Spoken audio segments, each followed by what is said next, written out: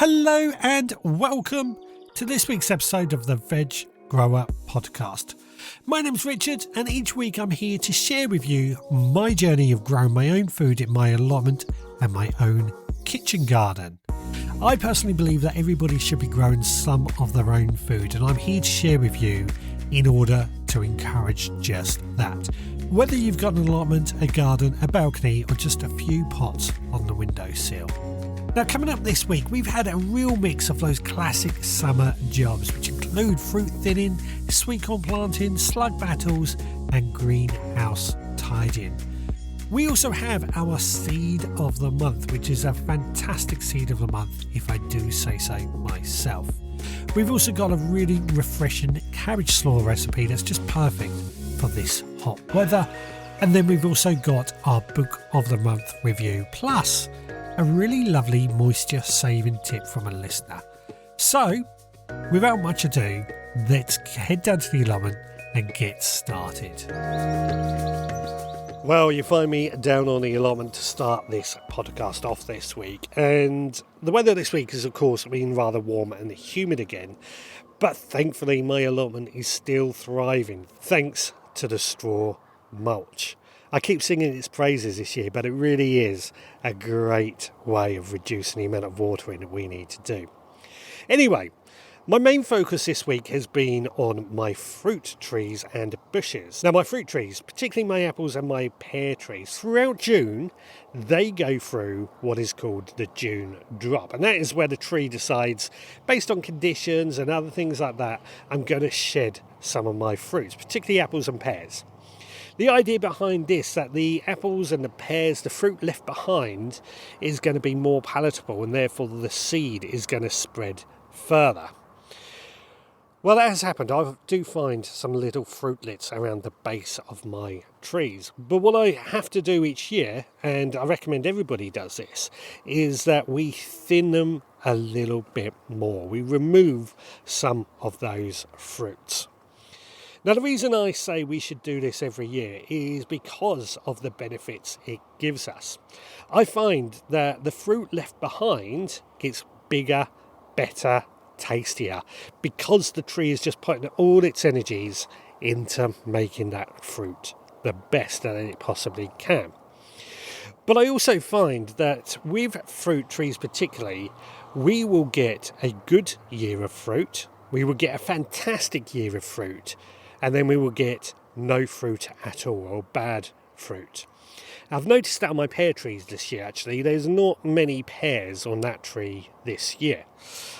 So by thinning out, we actually tend to find that what it does is it balances those out. We don't get bad years and fantastic years, we consistently get good years. So by thinning out the fruit, we really do get lots of benefits. Now, I will admit, thinning out fruit does feel very counterproductive, and I do find it a very difficult thing to do myself. It's a boring job, but it is a difficult thing to do. And how do you know how much fruit to thin? That is always the challenge. The way I like to think of it is what I heard Bob Flowerdew say when it came to this, is that what you have to do is you thin your fruit until it makes you cry, go away, have a cup of tea and thin some more. So you have to do more than what you realise. For me, I always sort of think that we just want to make sure the fruit has enough room to grow and grow into the size of apples that we would expect. And that's how I do it. It is quite painful and it does feel very counterproductive, but in the long run, it will be worth it. Now, my next area was my gooseberry bushes. So I've got a couple of gooseberry bushes that were planted when I first took on this allotment. Unfortunately, what I didn't do was clear the area where they were growing properly. I just stuck them in there and hoped for the best. And the trouble is that the gooseberries are now ready, and I've picked a few of the gooseberries that I can get to. But gooseberries are quite thorny, and there's lots of brambles growing in that particular area, and it's made it very, very tricky for me to harvest any of our delicious gooseberries. So what I've decided, and I'm not started this yet, but I have decided that what I'm going to do goes against everything that I've ever done, but I'm going to dig up the gooseberries and the brambles from this area and start again. Now, this is really difficult because I really don't like throwing anything away, particularly good, healthy plants. But the reality is this area, well, every area on my allotment has to produce food. And although we are producing gooseberries, I'm not really getting any benefit of it because of the fact it is so difficult to harvest them. So my decision is made that we're going to make this area more productive, more friendly by removing the gooseberries. And what I'm going to do is replace them with some thornless varieties of gooseberries, which I think will be better in the long run. It will certainly make it easier to harvest our gooseberries, but it will also be easier to maintain them in the future as well. And I think this is something that I'm going to have to carry on at the top of my allotment where I have that problem area alongside my neighbours as well. So it's going to be a lot of work. It is going to be a lot of work. This is probably going to be more of a winter project, but I think it's something we've got to do. We've got to think about how we make our allotment productive or keep our allotment productive, and that area is just not as productive as it could be. So that's what I've decided. Now, other than that, what else have we been doing on the allotment? Of course, giving it weekly soaking with water, which, it's enough. My plants are not looking thirsty in the slightest, despite only getting watered once a week. Again, that straw mulch, I'm singing its praises so much this year because it is working. I did it last year. It works. It is just so easy. Where I harvested my garlic a couple of weeks ago, I was going to plant some leeks in that area this week. But it looks like this week is going to be a very hot week. So I decided I'm not going to plant my leeks out this week. I'm going to save them for next week when it's likely we're going to get some rain. Now I say this because I've just said that the straw mulch is really working at keeping the moisture in the soil. But that's on established plants. When we plant out our leeks or anything else, they really do need a bit of time to establish, and that means they need watering almost daily in order to make sure that they will survive. So my leeks can just hold out for a little bit longer, and then we will get them in the ground. I did, however, plant out some sweet corn. Now my sweet corn, and this is my last lot of sweet corn, and we've got quite a bit of sweet corn grown on the allotment this year actually. But this is my last lot, and I was a bit unsure whether or not to plant them, but where they were growing was getting a bit full, so they needed to go into the ground. All I've got to try and remember is that we make sure we water them regularly. I gave them a really good soaking today to make sure that they've got a good amount of moisture in the soil to really soak in. So I think we will be okay on those. Sweet corn, of course, are quite shallow rooted, but I think we will be okay. We'll just keep an eye on it. If not, well, the rest of the sweet corn should be enough anyway. Now, in terms of harvests, we've of course harvested some more of our new potatoes, which we're slowly getting through that bed. I'm trying to make sure that I don't have too many potatoes this year. I often find myself having too many new potatoes that our second earlies don't really get to look in until the main crops come along. So what I'm trying to do this year is just be a bit more willing to harvest my potatoes earlier than I think they should be. But I've harvested a few of those, not a great amount of potatoes out there, but good enough. I've also got courgettes and rhubarb and many other great vegetables coming along, including a delicious cabbage. So in terms of harvests, we are really doing quite well, and I'm very happy with what we're getting. Now, one of the other things that did spook me a bit, as you know, I do like to work with nature. I do like to see animals on the allotment. But there is one animal I don't think anybody really wants to see on an allotment, even though I can guarantee you they are on every allotment. I was working alongside my potato bed and I heard this rustling sound next to me. I looked over and there was a huge rat. Now, the rat suddenly saw me and scurried off. It was obviously more scared of me, but it did give me a bit of a jump. Now, this is unfortunately just a part of allotment life. This is One of the things I don't think we talk about enough, allotments will keep rats, especially if you've got chickens on the allotments as well. There will be rats around. They're hungry, they're thirsty, they're just looking to survive. But at the same time, they are known for diseases and things like that, particularly with their wee. So there's nothing I can do about it, just nothing I can do about it. But I've acknowledged it, and it is part of what goes on. Anyway, I'm going to head on home now, where we're going to do our seed of the month and find out what's been going on in the kitchen garden. So come meet me in the kitchen garden in just a moment. In the meantime, let's find out what's been going on in the supporters club this week. Well, I hope you are enjoying this podcast so far. If you are, then please leave a rate and review. I ask this every week because it really helps us out. It really helps other people find this podcast and really supports the work that I do. Now, if you would like to take this a step further, then please consider becoming a member of the Veg Grower Podcast Supporters Club. It really helps keep this podcast running. Being a member costs just £5 a month. But for that £5 a month, you get access to extra behind-the-scenes podcasts that give you an idea what's going on here at the Veg Grower Podcast HQ. Along with that, once a month, you will also receive our seed pack. And that seed pack contains a collection of seeds that I have carefully chosen to be sown in that very month. And along with the seeds, you also get a copy of our mini newspaper. This mini newspaper gives you a few instructions and tips on how to sow those seeds, but it also acts as a bit of a tool. It gives you the opportunity to take some notes, gives you a list of tasks you could do, and also a list of other seeds that you could sow. I actually use the mini newspaper as a tool myself to keep track of what's going on. Now, if that sounds like something you would be interested in, then please head to the veggrowerpodcast.co.uk. Well, I'm back home now, and I'm in the kitchen garden, and I am sowing our seed of the month. This month I am sowing kohlrabi as our seed of the month.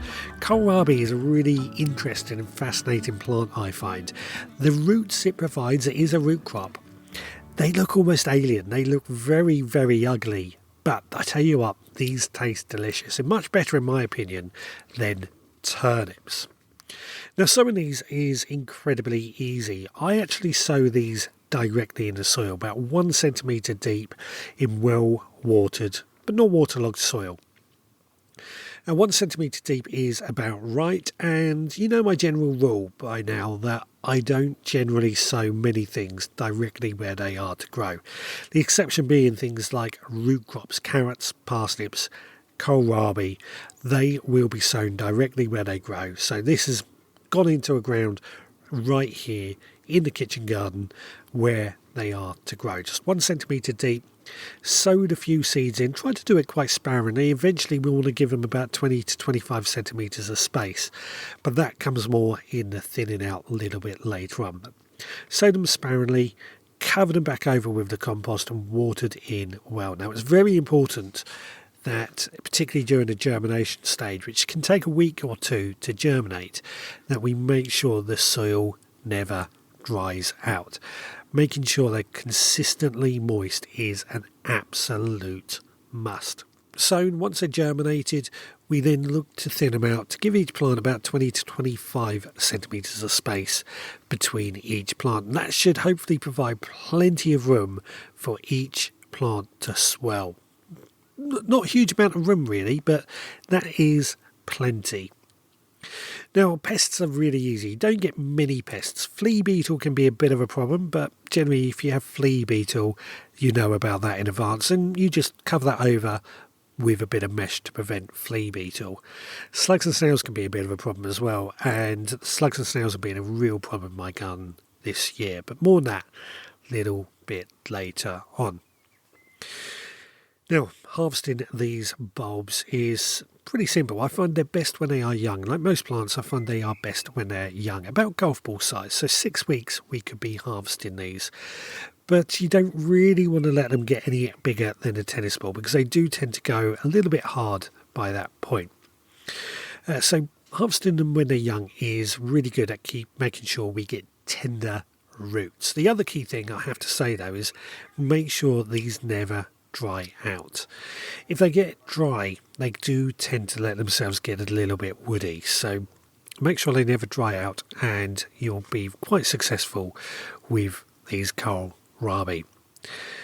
Now, in terms of what we can do with them in the kitchen, they're great grated and used in things like coleslaws. They're great roasted, they're great in stir fries. They're really, really versatile, and I actually think they taste better than turnips. And they're pretty closely related to turnips, but I just think these taste better. One of the other things to remember as well is that we can actually eat the leaves. One other thing to remember is that the leaves on these are also edible, so we can actually eat those as well. So you get 2 harvests from one, which is another good reason to grow these delicious crops. Now go give it a try and let me know how you get on. However, what else has been going on in the kitchen garden this week? The kitchen garden has really been all about organisation this week. I have tidied up the area in front of my greenhouse. This is where all my young plants live. And this is after they've come out of the greenhouse or out the shed. But they've had a bit of a chaotic time there. I've given it a bit of a tidy up, and because I don't disturb it too much, weeds do pop up. So I've sorted out the weeds, I've sorted out the pots, I've potted up loads of plants, just giving them a bit more room to expand and grow. These are things like cabbage and swede and some of our late brassicas, which are eventually, once this heat wave has gone out of the way, going to go into the land wherever it may go. Now, I have to say, once we've tidied up, this is also near my chickens, where my chickens are going for a bit of a tidy up area as well. It's just amazing the difference it makes on how the garden feels once this area is tidy. Now, the next problem I've had this week is slugs and snails, and in fact this has been a problem this year. It's one of the biggest problems most gardeners will face, slugs and snails. I've particularly found that I've lost a lot of bean plants this year, which is really frustrating, and it's made it very difficult for me to decide what I'm going to do. I've got plenty of birds coming into my garden, so they should be tackling a lot of these, but it doesn't seem to really be enough. I think the problem is slugs and snails are coming out at night when the birds aren't around. We need more slugs and snails to be caught overnight, and I've got several things in place. As you know, I generally dislike killing anything, including slugs and snails. But this week I have set up some yeast traps. I've gone into winemaking a bit, and some of the wines that I've racked off, they've left a bit of a sediment with some liquid. I've poured that into plastic containers and I've put that amongst the problem slugs and snail area.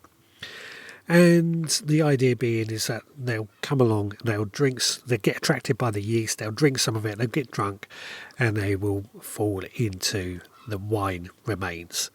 It does work. It has reduced numbers. I still let the birds eat the slugs and snails afterwards, but it has reduced the numbers. It's been quite effective, really, despite the fact it really doesn't fit well with me killing anything in the garden. Now, there are a few other things that I do as well. One, I water in the morning. If we water at night, that does encourage slug and snails to come out at night. So I find watering in the morning does help quite a bit with that.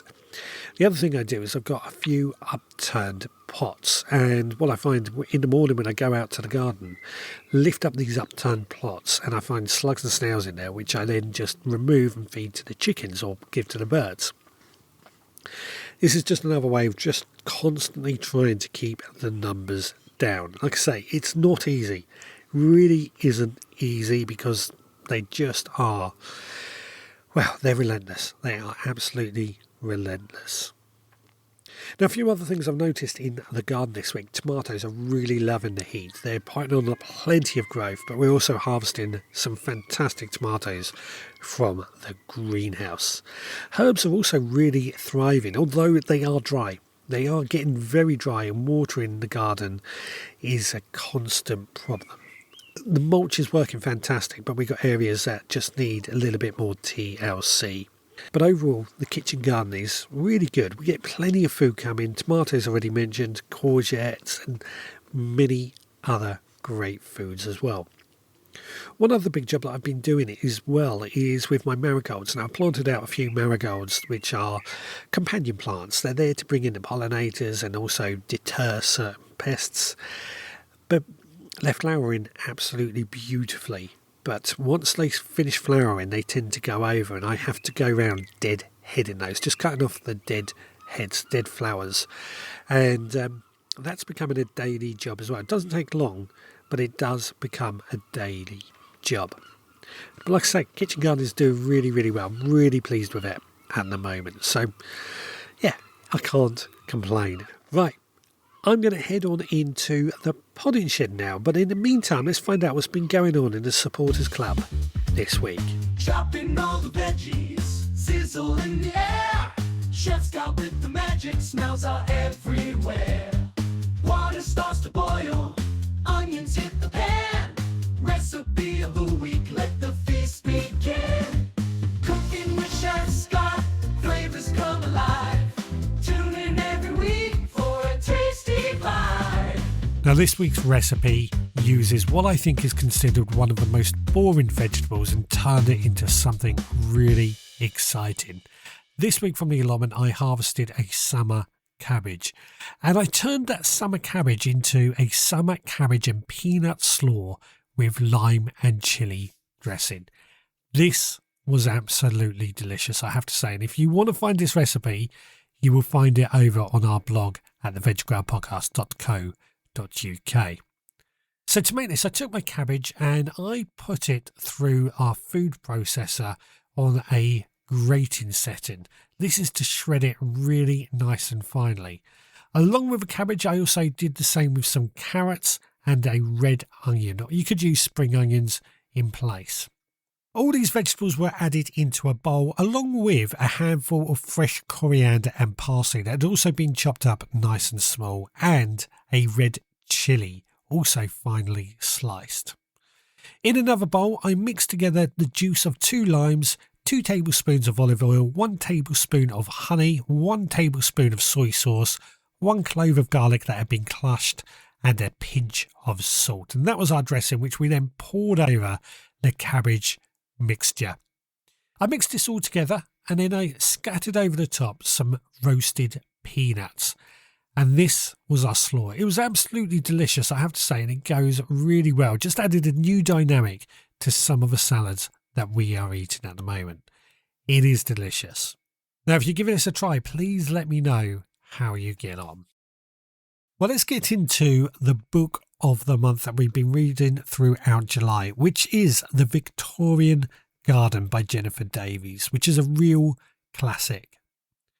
Now, if you have ever watched the old BBC series with the same name with Harry Dobson, this is the book that seems to accompany that. It seems to come from that same world, that world of walled gardens, which I love so much, skilled head gardeners, which fascinate me with that level of work, but also that level of just craftsmanship that I don't want to say has vanished today. I think it's still there, but it's been dominated by easier, faster methods.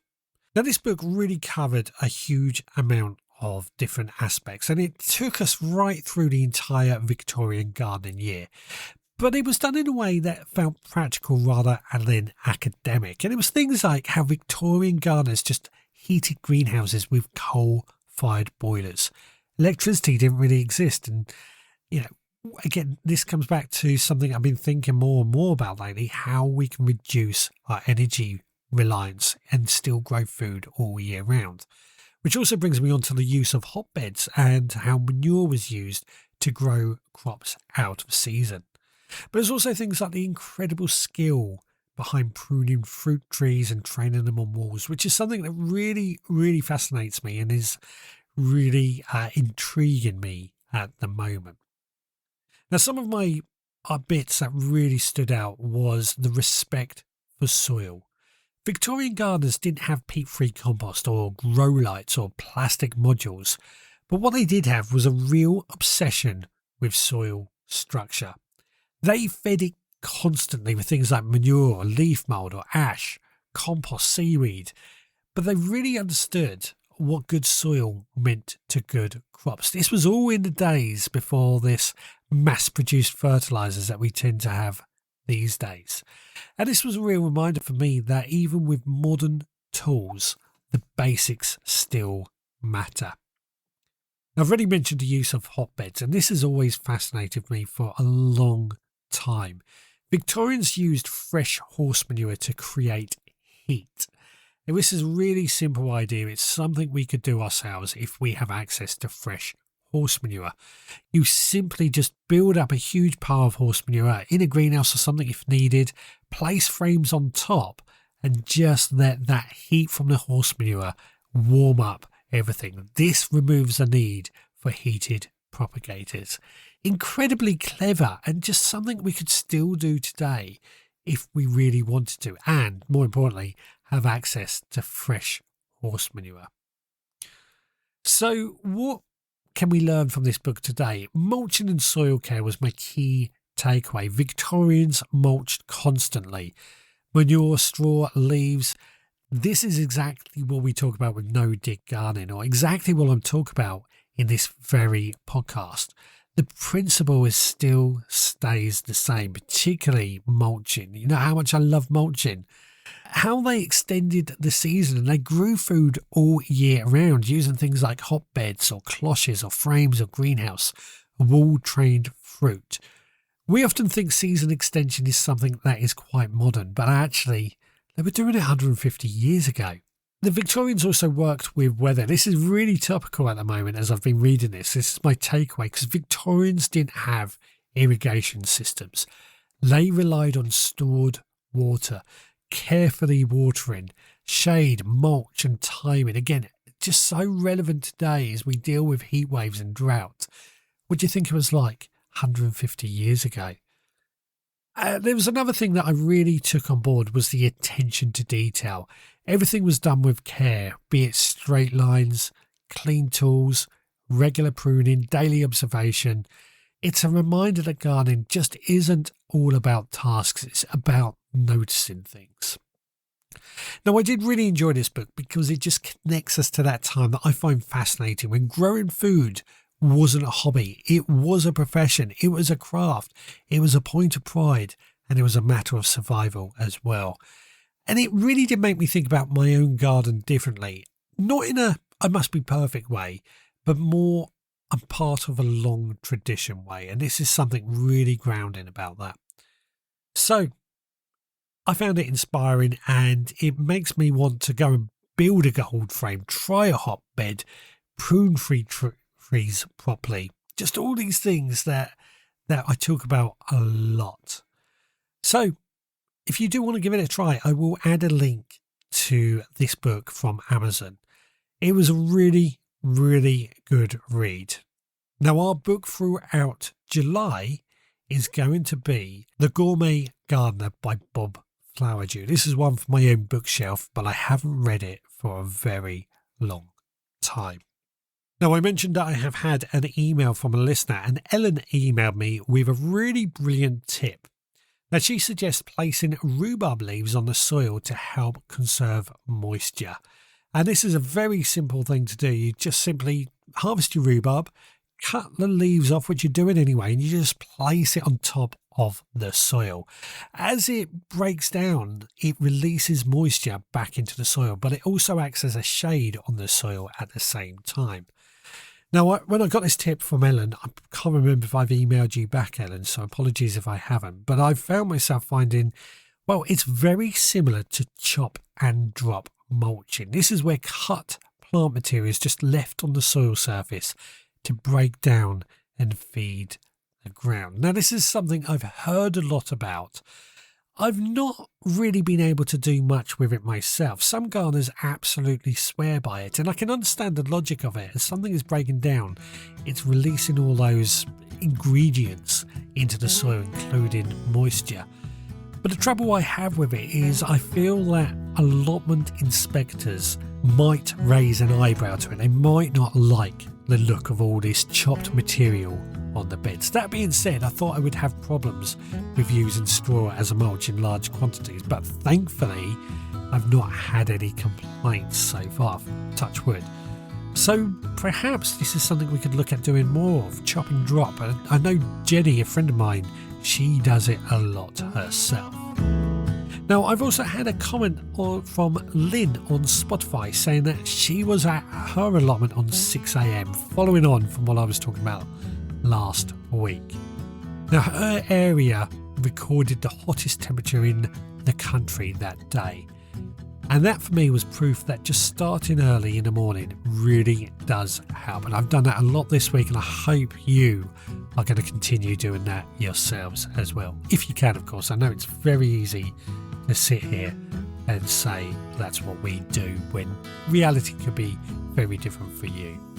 Now, if you do have something to say, then please do leave us a rate and review on your podcast provider. It only takes you a few seconds, but it means the world to us.